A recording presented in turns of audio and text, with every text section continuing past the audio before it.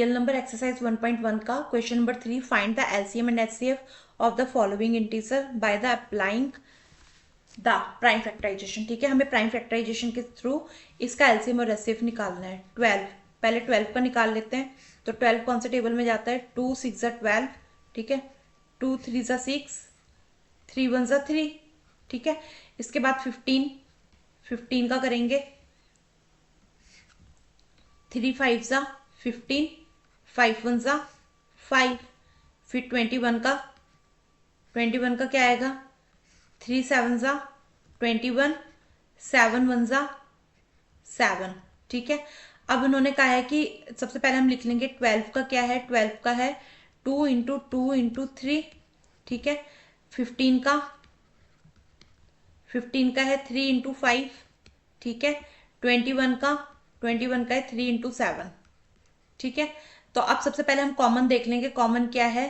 3 3 and 3। तो जो LCM है, एलसीएम आएगा 3।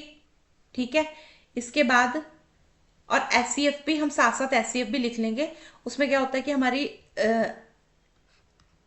कैलकुलेशन में थोड़ा सा इजीपन आ जाता है। ठीक है, 3। अब रेस्ट ऑफ द नंबर हम यहाँ लिख लेंगे 2 इंटू 2। ठीक है, और इसके बाद आएगा 5 इंटू 7।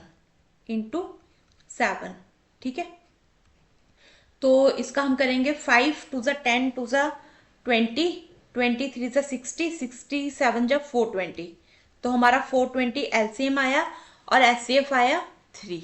या अब हम अपना नेक्स्ट क्वेश्चन पकड़ते हैं।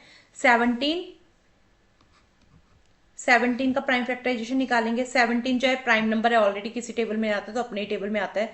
17 1 17, 1 1 1। ठीक है, इसके बाद हम 23 का करेंगे। 23 का क्या आएगा? 23 भी प्राइम नंबर है, 23 भी अपने टेबल में जाता है। फिर 1 1 1। और 29 इज ऑल्सो प्राइम नंबर। ठीक है, तो 29 भी अपने टेबल पे जाता है। 1 1 1। अब क्या करना है? हमने 17 के फैक्टर लिख लेना है। ठीक है, इसके बाद 23 के फैक्टर लिख लेना है। 23 इंटू 1। ठीक है, इसके बाद 29 के फैक्टर लिख लेना है। 29 इंटू 1।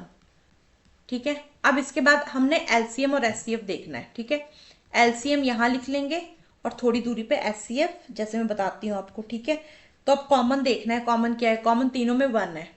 ठीक है, ये एचसीएफ हो गया। Rest of the number 17, 23, 29 into 1। ठीक है, तो अब इन सबको जब हम मल्टीप्लाई करेंगे तो मल्टीप्लाई करके हमारे पास अमाउंट आएगी 11339।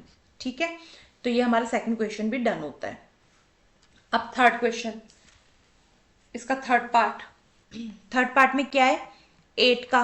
तो 8 क्या आएगा? 8 2 के टेबल में आता है। 2 4 8, 2 2 4। ठीक है, 2 1 2। ठीक है, इसके बाद 9 में आएगा 3 3 9। ठीक है, 3 1 3। इसके 25 भी हमें पता है किस में आता है।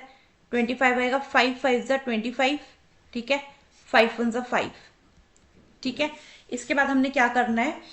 8 के कितने? 2 की पावर 3। ठीक है, इसके बाद 9 3 की स्क्वायर और 25 है 5 की स्क्वायर। तो इन सब में कॉमन क्या है? अगेन इन सब में कॉमन 1 ही है। ठीक है, 1 कैसे है मैं बता दूं यहाँ पे। 1 1 1, 1 1 1, 1 1 1।